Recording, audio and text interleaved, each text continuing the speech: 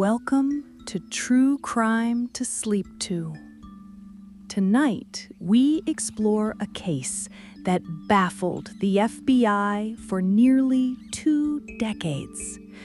The crimes were distant, impersonal, and meticulously planned.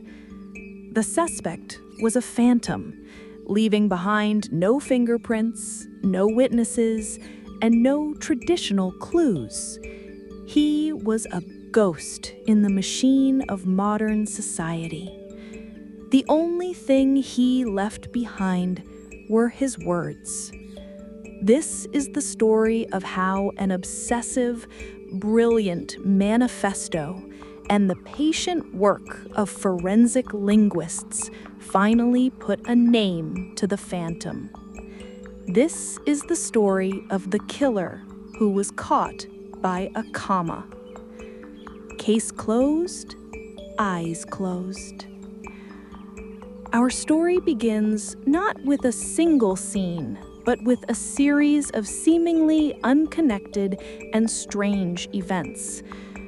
In May of 1978, a package was found in a parking lot at the University of Illinois at Chicago. It was addressed to a professor at a different university, but was returned to the sender, a professor whose name was on the return label, but he hadn't sent it.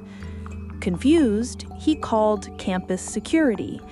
The package, when handled, detonated. The security officer was injured but survived. The incident was strange, but it was filed away as an isolated act. A year later, in 1979, a similar device was left at Northwestern University. Then another was placed in the cargo hold of an American Airlines flight. It was faulty and began smoking, forcing the plane to make an emergency landing. If it had worked as designed, it would have been catastrophic. The FBI now knew these were not isolated incidents. They were connected.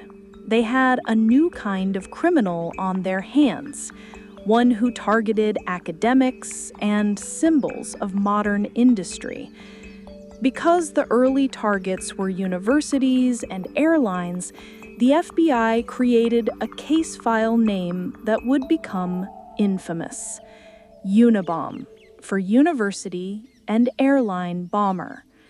The Unabomber was born. For years, the investigation went almost nowhere. The bombs were intricate, handcrafted devices, built from scrap metal and wood. They were untraceable by design.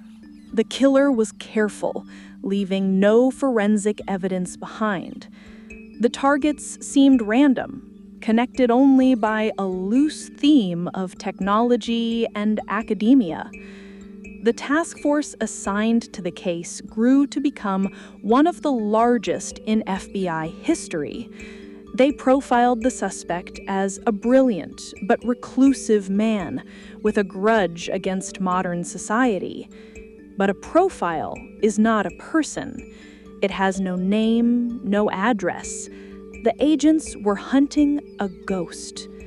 Years stretched into a decade. The bombings continued sporadically, becoming more powerful and more deadly. A computer store owner was killed in 1985, an advertising executive in 1994, a timber industry lobbyist in 1995. The Unabomber remained a source of quiet, unpredictable terror for nearly 17 years. The FBI had a file thick with evidence, but they were no closer to finding their man than they were in 1978. Then, in 1995, everything changed. The Unabomber sent a communication to the authorities, but this time it wasn't a bomb, it was a letter. And in the letter, he made an offer. He had written a 35,000-word essay titled industrial society and its future. He demanded that major newspapers, like the New York Times and the Washington Post, publish his manifesto in its entirety. If they did, he promised to stop his campaign of terror. This created a massive dilemma for the FBI and the U.S. Attorney General. Should they negotiate with a terrorist? Would publishing his anti-technology screed simply give him the platform he craved? Or was it their only chance to finally catch him? After intense debate, they made a decision. They would publish. They hoped that someone, somewhere, would recognize the unique writing style, the peculiar phrasing, the specific philosophical arguments. It was a long shot, a search for a needle in a haystack of millions of readers. The manifesto was published in September of 1995.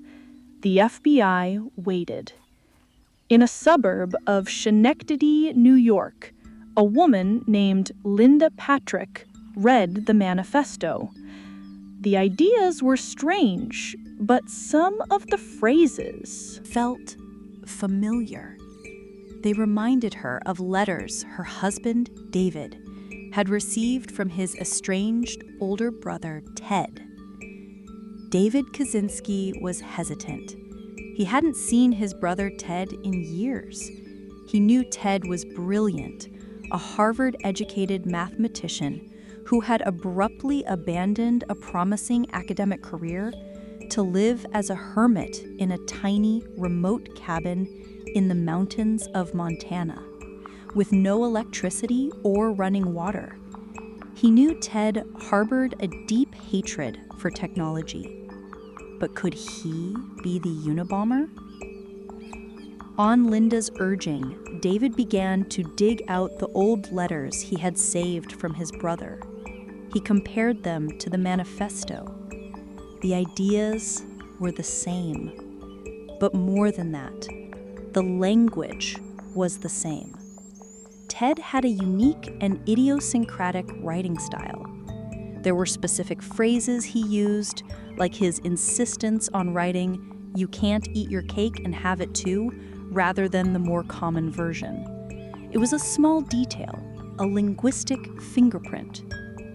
With a heavy heart, David Kaczynski made the most difficult decision of his life. He contacted the FBI. The FBI's forensic linguistics team went to work. They compared the manifesto to Ted's letters. The match was undeniable. They analyzed word choice, sentence structure, punctuation, and the specific recurring grammatical quirks. The man who had been a ghost for nearly 2 decades finally had a name: Theodore Kaczynski. In April of 1996, a team of federal agents hiked through the woods of Montana to a tiny 10 by 12 foot plywood cabin. They approached quietly, knowing the man inside was brilliant and dangerous. They knocked. Ted Kaczynski answered, looking disheveled and thin. The long, expensive, and frustrating hunt was over.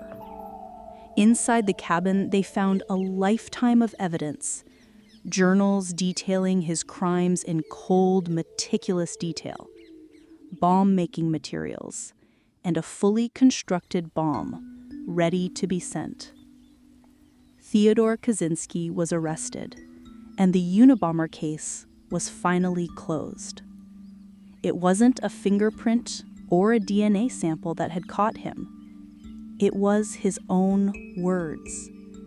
His need to be heard, to have his philosophy published, was his undoing. The very manifesto he thought would be his legacy was the key that unlocked his identity. A brother's painful memory of a peculiar turn of phrase was the clue that a multi-million-dollar investigation could never find on its own. The case of the Unabomber was closed, and now it is time for your eyes to close as well. Thank you for listening to True Crime to Sleep To. Rest well.